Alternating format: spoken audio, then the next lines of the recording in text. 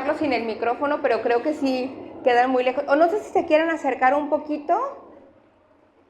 Aprovechamos que somos poquitos y lo hacemos aquí muy en corto. Pues bueno, buenos días, me presento, yo soy Guadalupe Romero, yo soy licenciada en Educación Especial y tengo más de 20 años trabajando con personas con espectro autista y algunas condiciones similares, ¿no? En el camino nos hemos dado cuenta de que hay algunas condiciones, otras condiciones, que se pueden asemejar al espectro autista. Mi área de trabajo ha sido la cuestión del diagnóstico y mucho la parte de la comunicación y el lenguaje, ¿sí?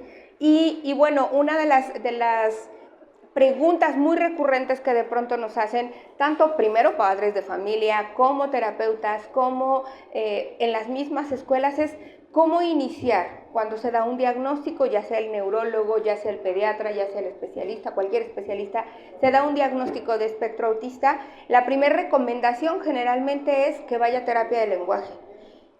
Y nos encontramos que hay muchos padres que van y buscan un terapeuta de lenguaje, sin embargo, no todos los terapeutas de lenguaje conocen cómo es la naturaleza de la persona con espectro autista, ¿no? Y cómo es ese desarrollo diferente, ¿sí? No sé si quieran acercarse y aquí más en cortito platicamos. Pues bueno, el día de hoy, también les platico, yo vengo de un centro que se llama ATSAN y dentro de ATSAN tenemos varias áreas de trabajo. Una de ellas es el Aula ATSAN. Y Aula ATSAN se dedica precisamente a esto, ¿no? A dar capacitaciones, charlas, información, tanto a padres de familia como a profesionistas, como a maestros. ¿Por qué? Porque trabajamos mucho por la inclusión. Entonces, bueno, es por eso que ven aquí el logotipo de Aula ATSAN. Y bueno, la plática del día de hoy, por ahí a lo mejor si pudieron ustedes ver el programa, hablaba de los prerequisitos del lenguaje, cómo se dan estos prerequisitos. Y yo quisiera más que hablar de prerequisitos, porque cuando pensamos en prerequisitos, sacamos una lista y vamos palomeando, ¿no? Si yo no tengo todos estos puntos, difícilmente voy a lograrlo. No, yo aquí quisiera que cambiáramos un poquito la perspectiva. ¿Por qué? Porque no todos somos iguales, ¿sí? Eso es algo muy bueno y algo muy real. Todas las personas somos diferentes y todo el mundo llegamos a adquirir y a desarrollar habilidades, pero no siempre de la misma manera. Pero sí hay cosas que hay que considerar. Entonces el día de hoy vamos a hablar sobre los aspectos a considerar en el desarrollo del lenguaje del espectro autista. Y bueno, vamos a iniciar ¿con qué? Primero, una definición rápida de lo que es el espectro autista. Y vemos que entre las muchas definiciones que existen, se dice que el espectro autista es una condición del neurodesarrollo. ¿Y qué es esto de una condición del neurodesarrollo? Es una manera de desarrollarnos diferente, no mal. Y algo que a lo mejor no sé si les ha tocado estar escuchando estas pláticas, pero yo creo que todos coincidimos en hacer énfasis en que el espectro autista no es una enfermedad, ¿sí? Estaríamos muy equivocados al decir, ay, es que tienen una enfermedad. No, enfermedad cuando nos enfermamos del estómago, cuando nos da gripa, cuando nos duele la garganta, eso es el COVID, ahorita la influenza que está tan fuerte, eso es una enfermedad.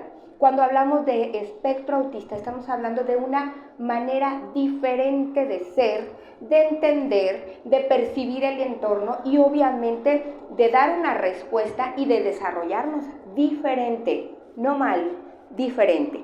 Y en estas condiciones del neurodesarrollo, o esta condición del neurodesarrollo, se manifiesta con ciertas peculiaridades, ¿sí? Encontramos que hay un desarrollo del lenguaje muy peculiar. Ahorita nos vamos a ahondar mucho más en esa área. En la interacción social, obviamente que sí hay peculiaridades en el lenguaje, en la forma de relacionarnos y de interactuar, también va a ser diferente. Y bueno, les comparto así rápidamente, hace muchos años cuando yo salí de la carrera, mi tesis era precisamente sobre la parte social y del lenguaje en el autismo, ¿no? Y entonces era, bueno, no se relacionan porque no tienen lenguaje, o porque su lenguaje es diferente, o su manera de relacionarse, o su lenguaje es diferente porque se relacionan distinto. Entonces ahí no sabemos qué es primero, ¿no? Si el huevo o la gallina, Sin embargo, sabemos que hay peculiaridades en estas áreas, tanto en la cuestión de la socialización como en la parte del lenguaje. Hay aparición de patrones restrictivos y repetitivos de comportamiento. Encontramos que les llama mucho la atención las rutinas, en algunas ocasiones desarrollan temas que les interesa mucho de una manera muy profunda, pero de pronto en algunos casos llega a ser como un poco obsesiva, ¿no? Allí parte de nuestro trabajo, de los que nos dedicamos a la educación y a las terapias, es que esos temas de interés sean unos temas que sean productivos. ¿Por qué? Porque a final de cuentas todos los seres humanos venimos a este mundo ¿a qué? A aprender para ser productivos. Pues eso es integrarnos a la sociedad.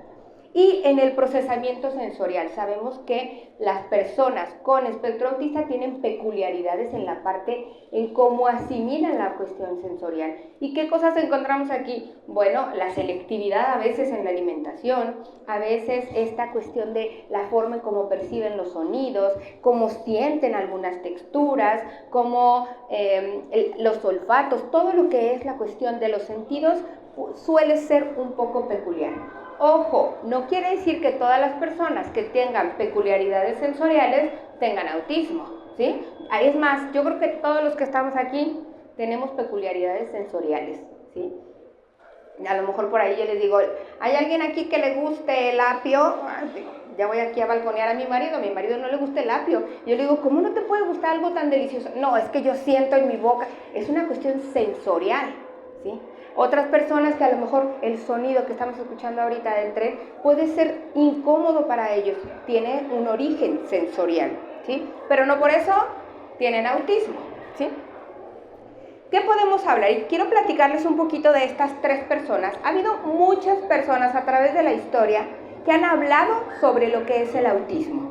Yo el día de hoy quiero nombrar y mencionar a estas tres personas que en diferentes momentos fueron un ícono para lo que hoy conocemos como espectro autista. Uno de ellos fue Leo Kanner, que durante muchos años se creyó que él fue el padre del autismo, en 1943, ¿sí? Y les digo, se creyó que él era el padre del autismo porque actualmente se han hecho estudios en donde se sabe que desde antes una mujer rusa descubrió también esta condición y habló de ella en su momento. Pero bueno, en el 40 y tantos fue la época cuando se desarrolló la Segunda Guerra Mundial. Y al mundo lo que menos le importaba era saber sobre las investigaciones de Leo Kanner, ¿sí? Entonces se quedaron guardaditas. En los 80s surge esta mujer que se llama Lorna Wing. Y Lorna Wing es una mujer que era mamá de un chico con espectro autista. Ella fue la primera que habló del término espectro autista. Y ella rescató los estudios de Leo Kanner, los estudios de otra persona que era Hans Asperger, que estaba en Europa, y entonces ella vio que había coincidencias entre lo que descubrió Leo Kanner y lo que descubrió Hans Asperger, y entonces ella habla y denomina a estas condiciones, las denomina espectro autista, ¿sí? En los 80 ella fue la primera que habló del espectro. Y después en el 2000 fue Ángel Rivière. Ángel Rivière hablaba, ella rescató la información de Lorna Wing y él fue el único que entendió a qué se refería Lorna Wing con espectro autista y hacen una descripción del autismo a cada quien a su estilo en diferentes momentos. Leo Kanner hizo una investigación, él hizo un estudio de 11 personas, de 11 chicos que tenían características muy similares y él describió que había entre todas las características que observó, él hablaba de estas peculiaridades en el área del lenguaje, ¿sí? Decía que había ecolalia. ¿Qué es la ecolalia? La ecolalia es repetir lo mismo una y otra vez, ¿no? Cuando llegas y le dices, hola, ¿cómo estás? Y el niño te contesta, hola, ¿cómo estás? O niños que dicen una palabra y la repiten una y otra vez. U otros chicos que tienen otro tipo de ecolalia, que también se le llama ecolalia funcional, que se comunican a través de frases. Yo tenía un chico que cada que me quería decir algo, que quería pedirle algo a alguien, utilizaba frases de películas de Disney y las utilizaba perfectamente bien, en un contexto adecuado, pero no dejaba de ser una ecolalia. Funcional, sí, claro, le estaba sirviendo. ¿Habría que quitarle la ecolalia entonces? No, ni para qué, porque lo estaba sirviéndole. La cuestión de la inversión pronominal, que es hablar en tercera persona, ¿no? En vez de hablar yo, hablan de tú, ¿sí? ¿Quieres agua? En vez de decir quiero agua, ¿sí? Esta parte de los pronombres. 8 de estos 11 casos que estudió Leo Kanner, 8 desarrollaron el lenguaje y 3 nunca lo hicieron. Los que llegaron a hablar no usaban el lenguaje como un propósito comunicativo o lo hacían de una manera unilateral. Solo hablaban sin esperar que hubiera esta respuesta, porque nosotros ¿para qué hablamos? Pues para tener una interacción, ¿no? Te pregunto algo, espero una respuesta tuya. Digo, en este momento a lo mejor es la excepción porque me está tocando dar una plática, pero si les hiciera una pregunta, pues también estoy esperando respuesta. Él veía que estos chicos, su lenguaje era de una sola dirección, solo expresar sin esperar una respuesta. Y la cuestión de la literalidad, entendían el lenguaje de una manera muy concreta, ¿sí? Esta cuestión, aquí en México somos bien complicados en el lenguaje, utilizamos los dobles sentidos y no me refiero a doble sentido exclusivamente en la parte del albur, que también a mí me parece que es un arte el albur. Pero aquí en México una sola palabra significa muchísimas cosas. Una de ellas, madre, por ejemplo. ¿Cómo utilizamos en México la palabra madre? Según el contexto significa diferente, ¿sí? O a veces la palabra, y ni siquiera es palabra, creo, bueno, sí es una palabra, pero encontrar un significado de esta. Cuando decimos, pásame la de esta del de este. No, esa no, la que está a un lado de la otra de esta. Y nos entendemos. Imagínense cuando hay un pensamiento concreto. Pobres de nuestros chamacos, pobres de nuestros chicos con autismo que les cuesta trabajo el entender esa cuestión, ¿sí? Lorna Wing, por otro lado, cuando hizo sus estudios y entregó esos resultados, ella habla de ciertas peculiaridades. Y cuando habla de la cuestión de la comunicación, ella dice que hay peculiaridades en la utilización del habla, en la comprensión, en la entonación y el control de la voz. ¿Y por qué es importante la cuestión de la entonación de la voz?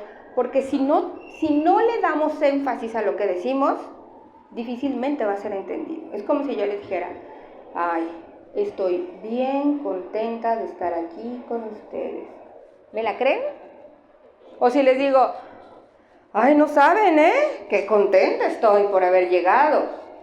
Tampoco. ¿Por qué? Porque muchas veces el tono de nuestra voz y nuestro lenguaje corporal dice más de lo que hablamos.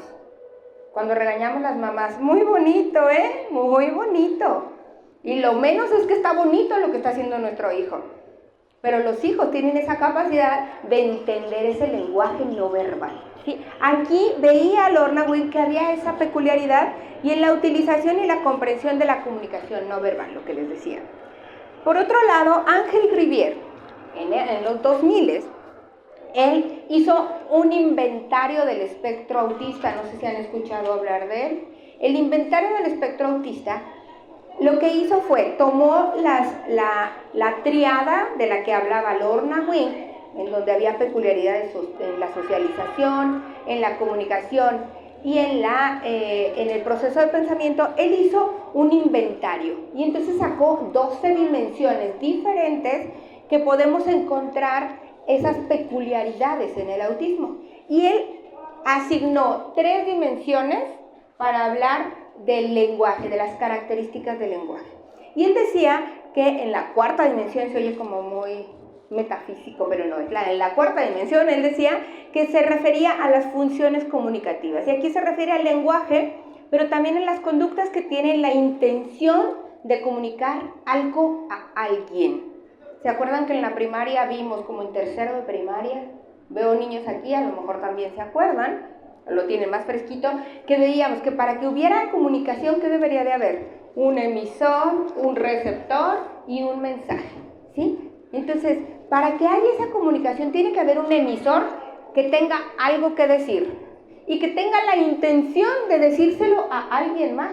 y que considere la forma de pensar de la otra persona para saber cómo se lo voy a decir, ¿sí?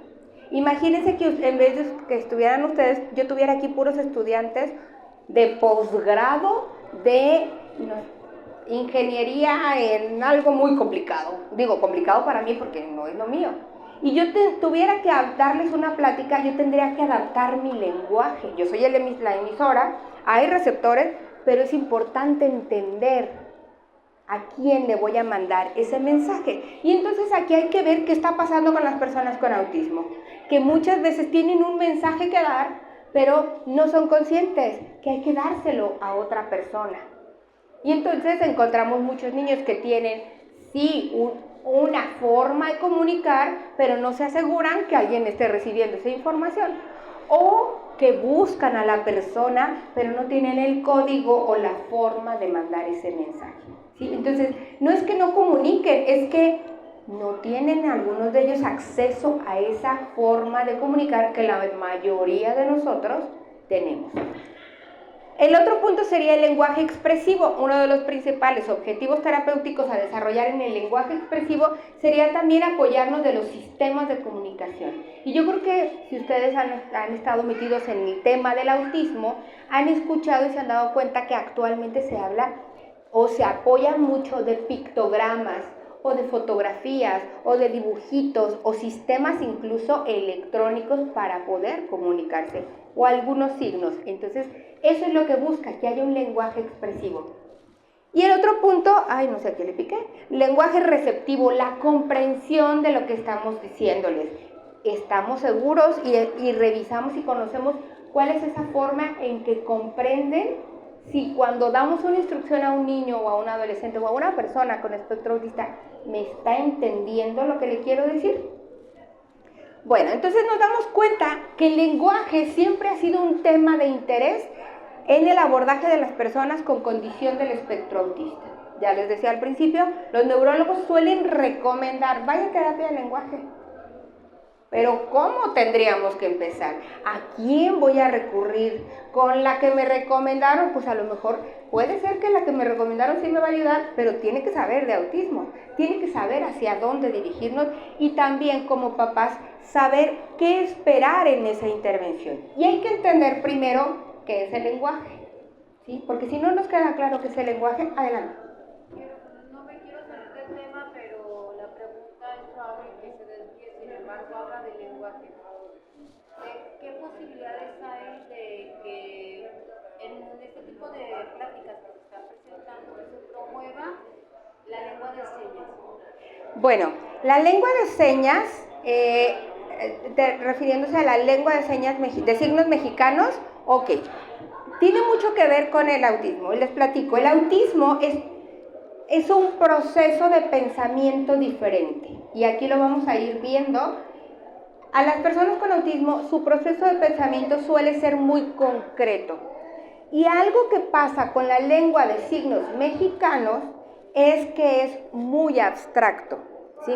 Existe incluso una adaptación o adecuación, hay un sistema que se llama habla signada, que no es la lengua de signos mexicanos, pero es un habla signada adaptada a personas con este perfil de pensamiento que es mucho más concreto. ¿Que funciona? Sí, sí funciona. ¿Por qué no apegarse a la de lengua de signos mexicanos?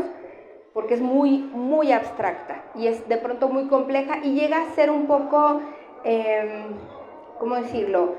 Según cada comunidad silente suele adoptar su propio vocabulario.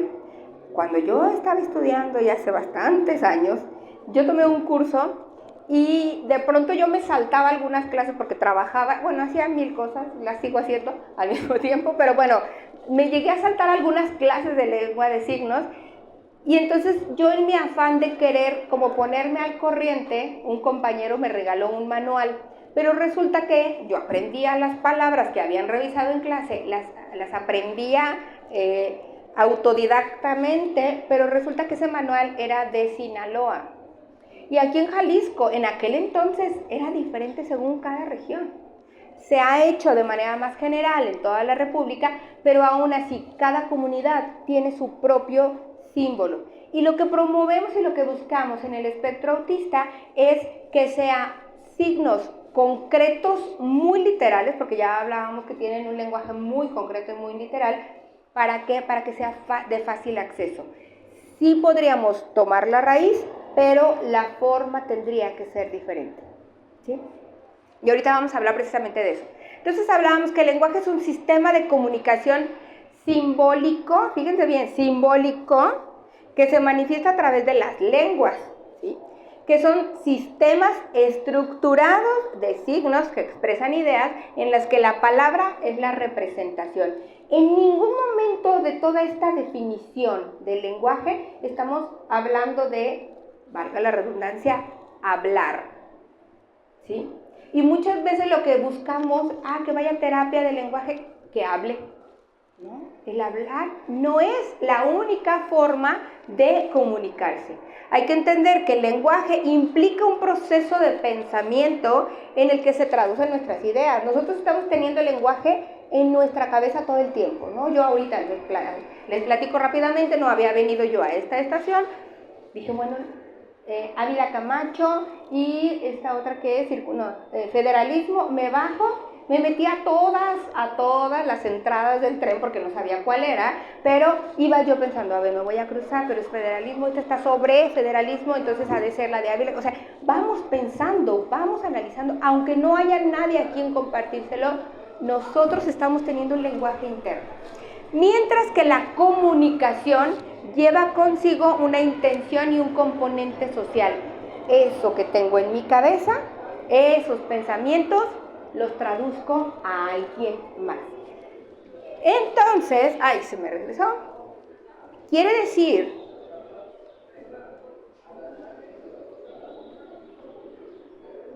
hay que reconocer en el caso de personas con espectro autista que los verdaderos retos no están en el desarrollo del lenguaje, porque el lenguaje lo están teniendo, tienen un pensamiento interno y es más, una de las características que yo observo de las personas con autismo, incluso niños muy chiquititos, es que son muy independientes. Es algo que me reportan mucho los papás.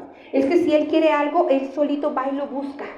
Él solito va y resuelve. Sí, porque tiene un lenguaje interno para solucionar. Y yo a veces les digo a los papás, para desarrollar la comunicación, tenemos que hacerlos dependientes de nosotros. Pero es que ya es muy independiente, entonces no vamos a desarrollar la comunicación, porque la comunicación surge de la necesidad de compartir y de buscar a alguien más. Entonces, ¿qué les digo? Si ya se hace el chocomil solito, guárdale y escóndele todo. ¿Para qué? Para que vaya y dependa de ti y te pida y comunique contigo, ¿sí? Entonces tendríamos que estar desarrollando la parte de la comunicación. Y entonces, bueno, también hay que cambiar estas ideas de si mi niño no habla, ¿cómo le enseño? Primero hay que encontrar un especialista o terapeuta del habla y lenguaje para una evaluación. ¿Está comunicando? ¿No está comunicando? ¿En qué nivel está? ¿Y qué creen? El día de hoy les traigo un ejemplo para que también desde casa o desde el salón de clases podamos nosotros identificar en qué nivel, por así decirlo, está nuestro pequeñito, ¿sí? Aprender sobre las etapas preverbales del desarrollo del lenguaje y probar algunas estrategias para desarrollar el idioma. Hay que entender que hay peculiaridades en el espectro autista, ¿sí? Tengo una pregunta. Sí. Está diciendo que hay que hacerlos que ellos dependan de nosotros. En mi caso, perdón. Sí. En mi caso me dicen que yo tengo que soltarlo. Ok. Sí. Y tienen toda la razón. Hay que hacer que sean autónomos e independientes y respetar la edad. Sin embargo, hablando específicamente del lenguaje, tenemos que despertar el interés por comunicarse.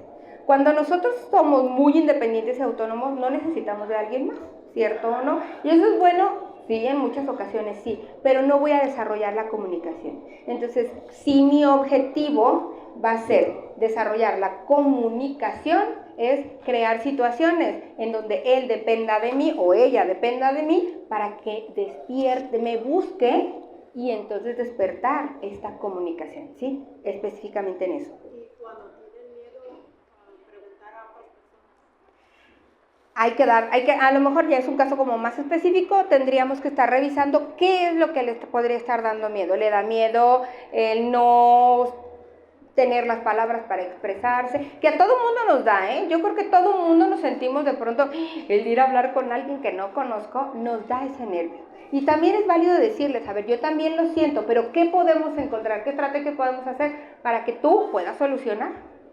¿Sí? Tienes que solucionar lo que tengas en ese momento y tienes que preguntar. Esa es tu opción, ¿sí? Trabajar desde esa parte. Soy maestra frente a grupo en secundaria. Tengo un chico que está siempre sentado en su banca con sus piernas cruzadas y sus únicas respuestas es al momento de que me acerco con él, procuro hasta acercarme, casi siempre, a veces que, ay no, ahora voy a descansar un poco, pero vas a hacer esto, bueno, esta es la actividad que vas a leer, un ejemplo, está bien, y así, bueno, está bien. Y no lo hace. Bueno, está bien. Destápate tu cabeza porque el diario está en esa posición. Cubierto con su chamarrita que trae gorrito. No hago que se pare, no hago que pero le ven las actividades y le encanta dibujar y ella está solito y él solito trabaja. Pero no entiendo en qué momento voy a lograr yo la comunicación con él. Si de veras estamos comunicándonos, aunque sí me haga al menos una de las actividades.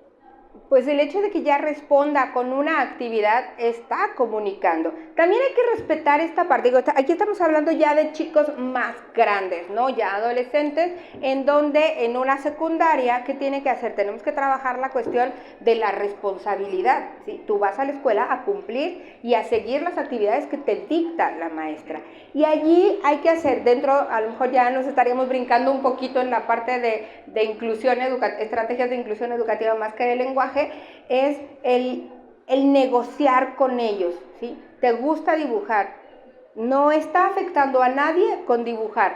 Sin embargo, previamente tienes que cumplir esto, y que también, ahora sí que en muchos casos de pronto valdría la pena dejar a un lado el diagnóstico, si es que cuenta con algún diagnóstico, ¿para qué? Para que nos vayamos a los objetivos que se buscan con cualquier chico en secundaria. El chico de secundaria tiene que ser responsable, tiene que seguir instrucciones y tiene que cubrir lo que la maestra le está pidiendo, ¿no? Entonces, si se puede desarrollar esas habilidades también en una persona con un espectro autista, por supuesto, y casi les puedo decir que una vez que se les presenta la forma de trabajo y se les anticipa, son más responsables que muchos otros chicos, ¿no? Entonces también esa parte, también hay que flexibilizarnos nosotros como adultos, papás o maestros, en qué es lo que estoy buscando desarrollar en cierta persona, cómo le voy a ayudar a que logre ser responsable, independientemente de sus intereses, de si le gusta o no socializar, de si tiene muchos amigos o no. ¿Por qué? Porque a veces el hecho de que queramos que socialice es más interés nuestro que de la persona que lo está teniendo. Entonces, más bien aquí está más fácil. ¿Por qué? Porque sabe hacer sus trabajos, que los haga y después darle la oportunidad de que se enfoque en lo que a él le guste mientras cumpla con tiempos, con pues las reglas y con los trabajos que se le están pidiendo. Con esas características, aunque no lo ha visto Usaer, tenemos Usaer, y no sé si hay algún diagnóstico, en este caso, siento yo que es un chico autista, por las características que reúne y las formas de responder. No soy la persona especialista para diagnosticar y decir si es un chico con autismo, pero reúne ciertas características, por eso es que estoy aquí. Ok, pues felicidades por ese compromiso. Felicidades por ese compromiso. ¿La pregunta? La palabra negociar. Sí. ¿Cómo lo podemos balancear? Ok, negociar. Yo creo que hay cuestiones, las reglas son claras en cada casa, en cada salón de clases y en cada lugar, ¿sí? Y yo creo que una cosa de las que no podemos brincarnos en cuestiones de reglas que no son negociables es el respeto a las demás personas, ¿sí?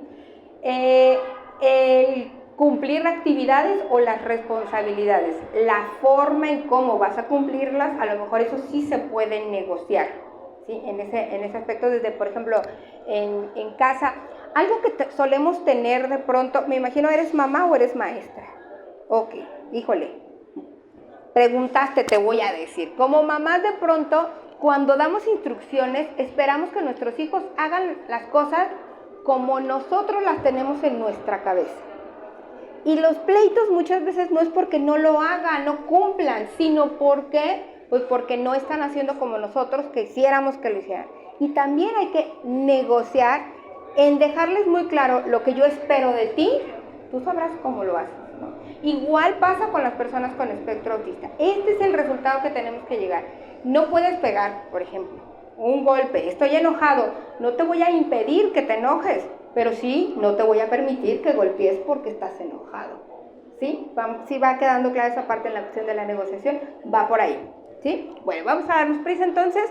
En esta parte del lenguaje, a lo mejor quizás aplica en niños más pequeñitos, pero también yo lo he podido aterrizar en chicos más grandes. Y a veces una de las preguntas que me hacen los papás es, ¿cuándo va a empezar a hablar? Y ciertamente yo ni ningún terapeuta está capacitado para decir no va a hablar, ni tampoco para decir sí va a hablar. Porque, ¿qué creen? Cuando hablamos de espectro autista, no está comprometida el habla. ¿Sí? Encontramos niños que pueden hablar y que no necesitan, bueno, algunos perfeccionan pequeños detalles, pero no tendríamos que estar, o no es recomendable estar dando una terapia de articulación, sino de comunicación. Y entonces cuando los papás llegan y me preguntan, oye, ¿cuándo va a hablar? Ya lleva 3 meses, 6 meses, 1 año, ¿cuándo va a hablar? Pues bueno, yo lo que hago es saco mi edificio de lenguaje, ¿sí? Yo cuando entendí, quiero decirles que me encantaría decirles, yo lo descubrí, la verdad es que yo no lo hice, me hubiera encantado, pero sí pedí autorización para compartirlo al resto de las personas. Podríamos hablar de que hay niveles de lenguaje, ¿sí? Esto es asemejarlo al desarrollo del lenguaje.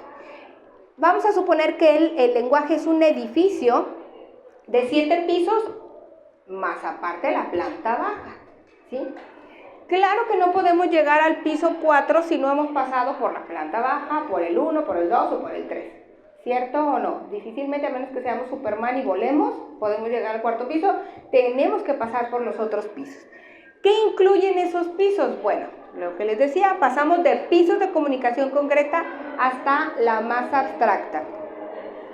Antes de comunicar usando palabras habladas, hay que pasar por todos los pisos preverbales que forman los fundamentos del habla y del lenguaje, y hay que enfocarnos en la etapa de comunicación relevante a nuestros chicos con autismo y progresar a la siguiente, ubicar. Les digo, yo les presento esto a los papás y les digo, a ver, ubiquen en dónde está su hijo o su alumno, ¿sí? En la planta baja hay que considerar que los sentidos y la cognición. ¿Qué tendríamos que estar revisando? Primero, las cuestiones de habilidades en la comprensión cognitiva. ¿Tiene la capacidad de entenderme la instrucción que le estoy dando? Y muchas veces en esta pregunta nos damos cuenta que nosotros adultos damos instrucciones que a veces no son las más claras, ¿sí? Es de ida y vuelta, acuérdense. Y entonces tenemos que modificar y adaptar nuestras preguntas. Habilidades de comprensión del idioma. ¿Qué pasa con estos pequeñitos que están tan sensibilizados a lo mejor a la tablet a ver caricaturas en inglés y te hablan en inglés? Y entonces llegan a la escuela y en la escuela la maestra le da una instrucción en español y no la está comprendiendo, ¿sí? O al revés, lo llevan a la escuela donde le hablan inglés y él nunca ha escuchado el inglés. Tendríamos que estar considerando la cuestión del idioma. Es más, ni siquiera a veces solo la cuestión del idioma, las palabras, ¿sí? Yo hace muchos años estuve haciendo una especialidad en España y trabajaba yo con chicos con autismo allá. Allá yo les decía, agarra la cobija para dar una instrucción o agarra la sábana para tender la cama, y entonces se me quedaban viendo. Y eran chicos que sabían tender muy bien su cama, pero no me estaban entendiendo. Yo les decía, agarra la cama. Si yo les digo a ustedes, agarra la sábana, ¿me entienden? ¿Sí? Y entonces voltea el terapeuta, que era español, y me dice, no, hombre, que aquí no es agarrar, aquí es coger, aquí cógelas. Y yo decía, Bueno, en México se significa otra cosa diferente, ¿no? Pero bueno, se digan cómo incluso siendo el mismo idioma, según el contexto, va a ser diferente y el lugar, hay que ubicar también esa parte. Habilidades motoras, ¿qué pasa con un niño que tiene parálisis cerebral o que tiene una dificultad motriz y que no puede articular correctamente? Ahí hay que considerarlo. Las habilidades visuales, auditivas, habilidades de atención y habilidades de nivel sensorial. Porque puede ser que aquí haya ciertos retos y obviamente va a impactar en el lenguaje, ¿sí? ¿Qué incluye el primer piso? Bueno, la atención dirigida hacia los objetos. Es la base fundamental de la comunicación. ¿Qué pasa si ahorita estuvieran ustedes volteando a ver los cuadritos de allá o los cuadritos de acá, o estuvieran muy atentos en las galletas, o estuviera sucediendo algo más interesante allá y ustedes voltean? Aunque yo esté aquí, hable y hable y hable y hable y hable, no hay atención. Entonces, ¿qué tengo que hacer? Captar su atención. Hay mucha gente que está pasando y que no me pela y que me escucha nada más, pero no me está pelando porque no está haciendo algo interesante para ellos. ¿Qué tendría que hacer para captar yo su atención? Tener una tener una atención y a lo mejor gritar o hacer algo para captar su atención, ¿cierto o no? ¿Sí? Sería válido que yo dijera, ay, es que todas esas personas que pasan allá a un lado tienen una incapacidad de atención. No, la de la incapacidad soy yo porque no estoy haciendo algo para llamar su atención. ¿Qué pasa con nuestros pequeñitos con autismo? Que a veces llegan a un lugar y no nos hacen caso.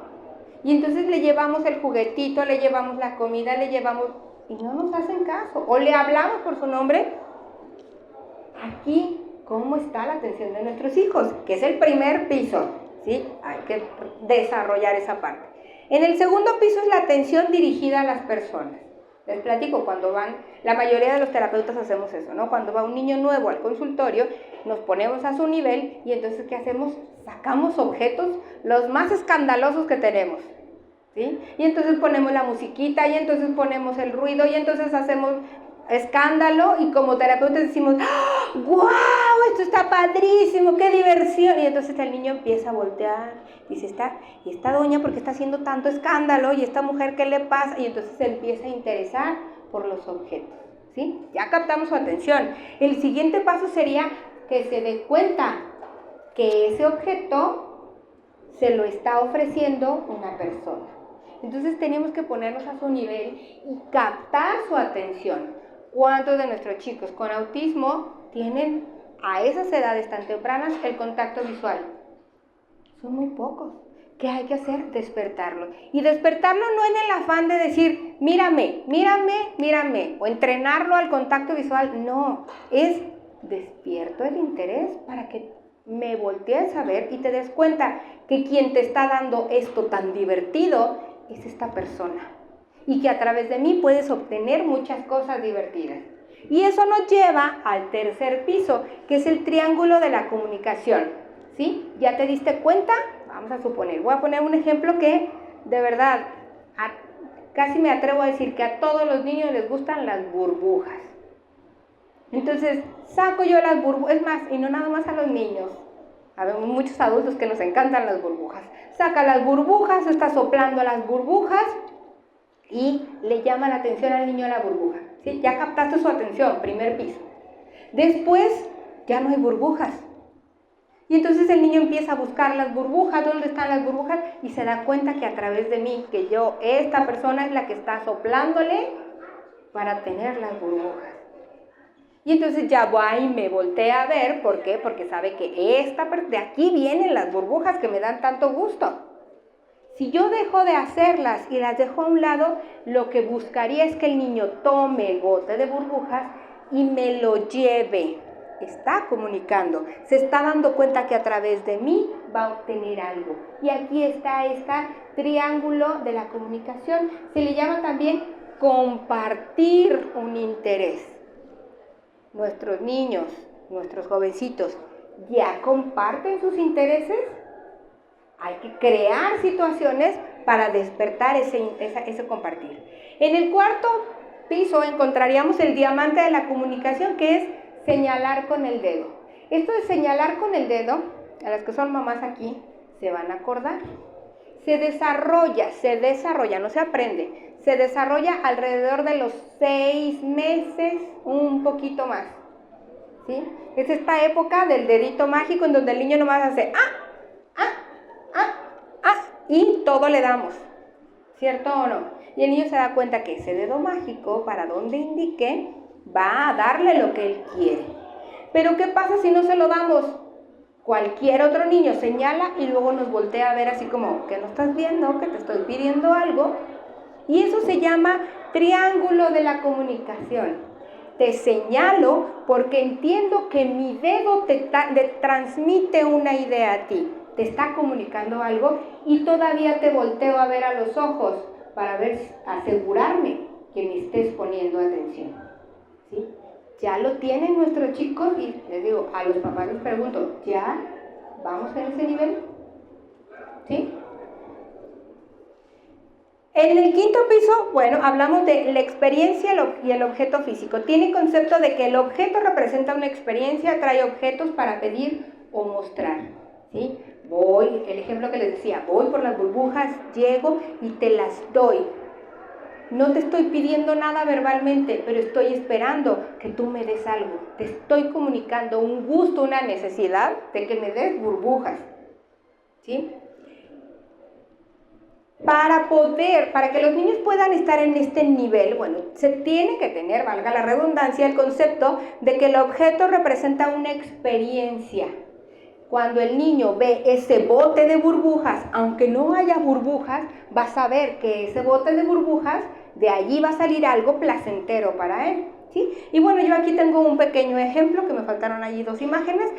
¿Qué pasa con la naranja, no? Le damos a probar al niño la naranja, la prueba, la siente a través de los sentidos, le gusta, esperemos que le guste, bueno, le gusta, tiene esa experiencia, de modo que cuando vuelva a ver el objeto, sin haberla probado, va a recordar que ya tuvo esa experiencia del objeto físico.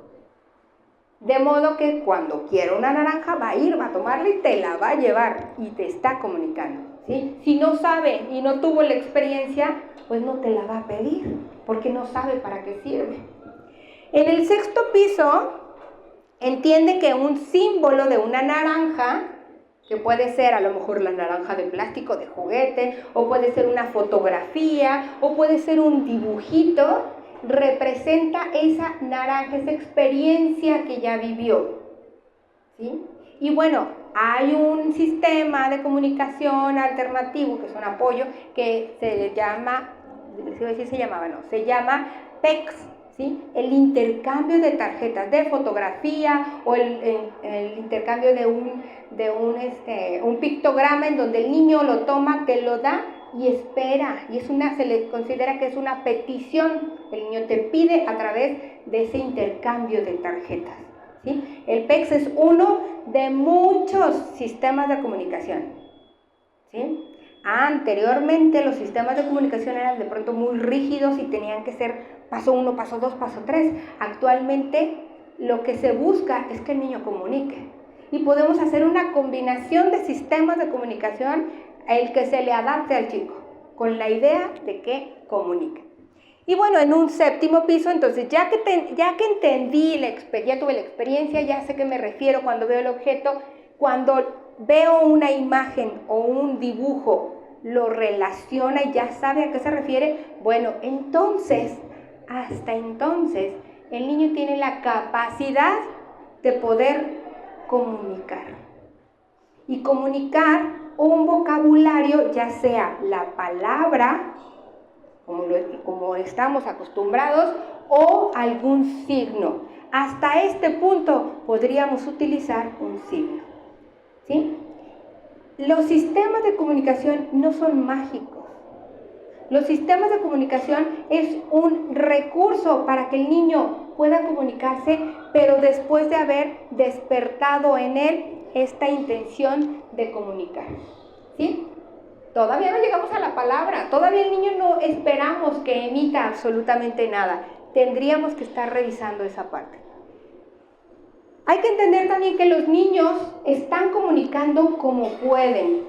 Hace muchos años, se creía que el niño con autismo no hablaba. No habla, no comunica.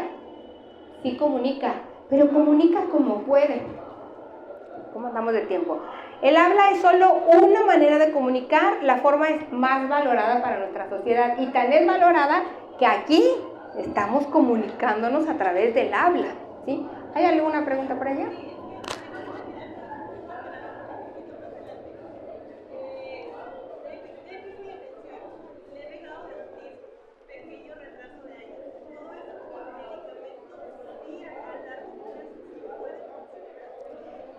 Cualquier condición, híjole, a ver, es que de pronto aquí vamos con las palabras y te hablo desde una filosofía que estamos intentando, digo, aquí está Carla, que es nuestra siguiente expositora, que va a coincidir conmigo, funcionar, todos funcionamos de manera diferente. Lo que sucede es que vivimos en una sociedad en donde ya tiene ciertos parámetros de ser, ¿sí? Y de funcionamiento. Lo que buscamos nosotros no es que el objetivo de intervención no es que todos funcionemos igual.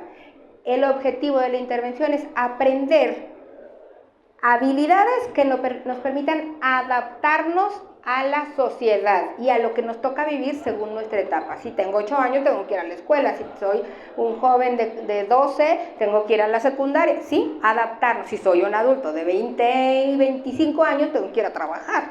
¿Sí? ¿Cómo le vamos a hacer con ellos? Enseñándole habilidades que le permitan adaptarse a vivir a cada contexto, ¿sí? A lo que le toca vivir.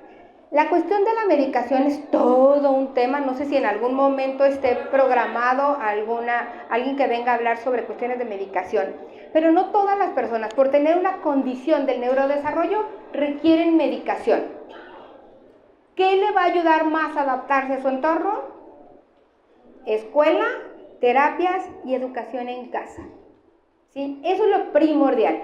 Hay algunas condiciones que el medicamento favorece, pero el medicamento por sí solo no va a servir, ¿sí? A menos que se trate de un trastorno epiléptico, allí sí, porque es una cuestión neurológica. Pero en cuestiones de aprender habilidades de manera diferente, escuela, terapia y la familia. ¿Sí? Yo espero haber resuelto un poquito tu duda. ¿Sí? En el DIF dejamos como se llama DIF, ahí nos dan cómo empezamos clases para sobrellevar a nuestros hijos, para actuar con ellos, como el habla, cómo comunicarse con ellos, cómo hacerlos educarlos a hablar. Nos da muchas terapias de esas. Ok. Sí, afortunadamente vivimos, muchas gracias, afortunadamente estamos en un estado, digo, me atrevo a hablar por el estado, en donde, o por lo menos zona metropolitana, en donde las autoridades están dando cuenta de esta realidad y están atendiendo. Y quiero decirles que a lo mejor, a diferencia de hace algunos años, el personal que está en DIF actualmente son personas capacitadas y que están cada vez tratando de atender a más personas, no solo a la persona que tiene la condición, sino también a las familias y también a las escuelas. Entonces, híjole, aprovechémoslo. Simplemente este espacio es un espacio que no se da en todos lados y me da muchísimo gusto que estén aquí y que también pueda yo contribuir desde mi trinchera a sumar esfuerzos, ¿no? Y eso es lo que tendríamos que estar haciendo. Muchas gracias por tu comentario, ¿sí? Bueno, ya un poquito más concluyendo. Hay que cambiar un enfoque. Nuestros chicos no es que no hablen, no se comunican. Sí, se comunican de manera diferente. Hay que reconocer y respondemos a la comunicación en diferentes maneras, ¿sí? En vez de decir mi niño, mi alumno, mi paciente, mi amigo no habla, o es no verbal, describimos las muchas maneras en las que sí se está comunicando. Y eso también es parte de incluirlos a la sociedad, que la sociedad sepa que se comunican de diferentes maneras y la sociedad tenemos que estar abiertos a entenderlo, ¿sí? ¿Cuáles son esas formas que pudieran ser? Pues los gestos, las fotos, los sonidos, las señales, algunas palabras o algunas oraciones sencillas. La conducta también es una forma de comunicación, ¿sí? Yo les decía hace un momento, podemos validar las emociones sí es algo que tenemos que ir cambiando, tenemos que validar las emociones. Si algo te molesta, ¿por qué le vamos a decir al niño no te enojes? Si nosotros nos enojamos, hay cosas que nos enojan y cuando nos dicen, pero no te enojes, ay, nos enojamos más. Es válido sentir la emoción, la forma en cómo respondo yo a mi emoción es la que tendríamos que estar modificando. Y hay que entender que a lo mejor nuestros chicos no pueden decirlo verbalmente y lo utilizan o se expresan su emoción de diferentes maneras, ¿sí? Con algunas conductas comunes como cubrirse los oídos y a veces pensamos que es una cuestión sensorial y la realidad es que es una cuestión más conductual en muchas ocasiones.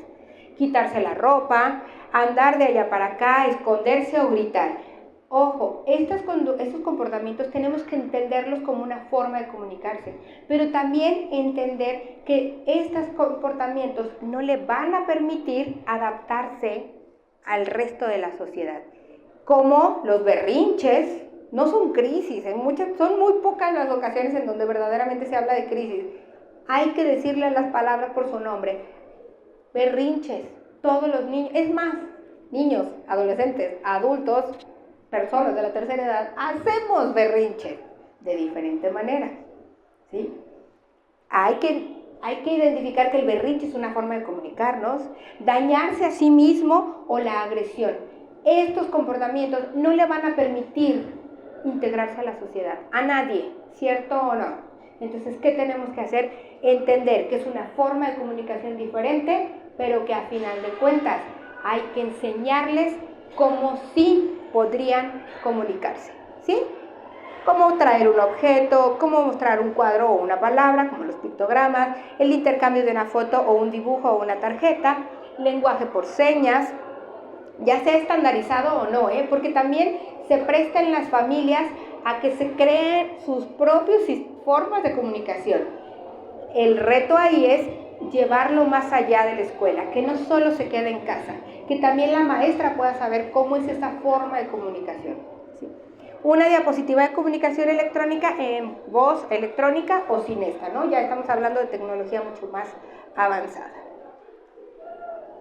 Bueno, esto ya lo habíamos mencionado. Hay que entender que el lenguaje se desarrolla de lo concreto a lo más abstracto. El lenguaje tiene una jerarquía o una estructura del desarrollo de lo más sencillo a lo más complejo y las formas concretas son las que se pueden ver, tocar o sentir. Que todo el mundo puede entender, no importa su lengua materna, ¿no? Dicen que el lugar más seguro en una ciudad, aunque no domines el idioma, es el aeropuerto y el metro. ¿Por qué? Por los pictogramas. Son imágenes que todo el mundo podemos identificar. ¿Sí? Son los lugares más seguros y a eso es a lo que se refieren con formas concretas. Mientras que las formas abstractas requieren que las dos personas que se quieren comunicar entiendan el mismo código como el idioma, ¿no? Las dos personas que hablan español, las dos personas que hablan lengua de señas mexicano, ¿sí? Ahí estamos hablando de un nivel mucho más abstracto. Y bueno, entender que las personas con espectro autista, los niños con autismo que no hablan, están en una etapa mucho más concreta en el desarrollo de su comunicación. No solo podemos usar y enfocarnos en el lenguaje, y el lenguaje no se desarrolla cuando el niño no tiene los conceptos simbólicos que lo preceden. ¿Qué tendríamos que empezar a hacer?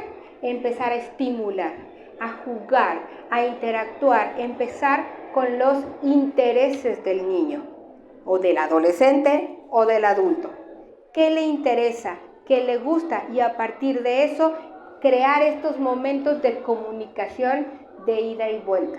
Hacernos atractivos, porque la realidad es que para ellos es mucho más fácil ser autónomos e independientes. Pero si lo que queremos es desarrollar la comunicación, tendremos entonces que meter nuestra cuchara, ¿sí? Y hacerlos dependientes. ¿Para qué? Para que despertar esa interacción con nosotros. No sé si hay alguna duda, alguna inquietud hasta aquí. Yo nada más agregar ¿Sí? que todo esto va de la mano de las formas de expresarnos con, no sé, pues, la expresión neurolingüística. Entonces, gestos, formas formas de expresarnos, de decir las cosas, movimiento del cuerpo, movimiento de los ojos, se ha utilizado incluso hasta en cuestión legal para identificar qué situaciones están siendo verídicas y qué situaciones no son ciertas. Entonces, busco una relación importante entre programación neurolingüística y la. Sí, sin embargo también hemos encontrado que en muchas personas con espectro autista, justo eso es lo que les cuesta un poquito de trabajo, ¿no? Tiene que ver con la cuestión de la teoría de la mente, con la cuestión de inferir. Nosotros inferimos a partir de las conductas de la otra persona. Nosotros observamos y el lenguaje verbal nos dice muchas cosas. Se sabe actualmente que para algunas personas que están dentro del espectro autista, justo esta es una de sus debilidades. Y así como el resto de las personas que no tenemos espectro autista desarrollamos estas habilidades justo que nos estás mencionando, las personas con espectro autista en muchas ocasiones tenemos que enseñarles, ¿sí? Porque por sí solos no lo pueden interpretar. Les platico rápidamente ya nada más para cerrar y ceder el tiempo a nuestra siguiente ponente. Me tocó trabajar con un chico hace mucho tiempo. Ese chico de hace mucho tiempo tenía diagnóstico lo que anteriormente se le llamaba Asperger, ¿sí? Que está dentro del espectro autista. Y en una ocasión estaba yo platicando con él, salíamos al recreo y él empezaba a platicarme sobre su tema de interés, que era el mar y todos los animales marinos, ¿no? Entonces, imagínense, recreo, un lunes me agarró a mí porque él quería hablar de los animales y estaba yo ahí de modo y se acerca y me empieza a hablar de los animales. Llegó el punto en donde me pareció muy interesante porque además era un lenguaje, hagan de cuenta que yo estaba escuchando un documental en vivo y personal para mí, muy interesante. Al día siguiente, a la hora del recreo, también me empieza a platicar el mismo documental. El miércoles otra vez. El jueves, bueno, ya era la cuarta vez que yo lo escuchaba. Y entonces llegó el punto que, pues sí me cansé y le puse cara de duda. Porque me dijo algo de las ballenas y que a un lado de una ballena iba un banco de peces. Entonces le puse cara de duda. Y se detuvo, su diálogo lo detuvo y me dice, tu rostro cambió. ¿Qué sucede? ¿Sí? Mi cara era muy evidente y bueno, lo poquito que han estado viendo de mí es que soy muy gestuda, siempre he sido muy gestuda. Entonces, cualquier persona se hubiera identificado que era una duda, que yo tenía cara de duda. Él no pudo identificar y suponer que yo tenía una duda. Él solo pudo identificar, y eso fue trabajo de sus terapeutas, que mi cara y mi rostro cambió. Y a él le enseñaron, no le desarrollaron la habilidad de interpretar esos rostros. Le enseñaron a detenerse cuando el rostro cambiaba y que preguntara, porque me dijo, tu rostro cambió, ¿qué sucede? Y entonces ya hubo la oportunidad de que yo le dijera, es que tuve una duda. Que bueno, ya después fue un caos porque yo le dije, mi duda es, en el banco de peces, hay cajeros automáticos. Fue una soncera mía. Él se enojó, gritó, porque no podía terminar de entender si él estaba hablando algo tan serio, yo le saliera con una tarugada de ese tipo, ¿no? Pero sí va quedando claro cómo de pronto tenemos que este tipo de cuestiones con las que nos manejamos la mayoría y que desarrollamos, porque incluso un bebé de meses logra interpretar esos cambios de rostro de la mamá, del papá, del cuidador.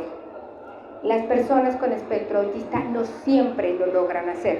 ¿Qué hay que hacer? ¿Para qué? Para que se adapten a su entorno, enseñarle conductas que le permitan comprender más o tener más información para seguir adaptándose. ¿Sí va quedando claro? Okay. Pues bueno, me encantaría seguir platicando con ustedes. Pero bueno, el tiempo ya nos comió y pues agradecerles el hecho de que hayan estado allí.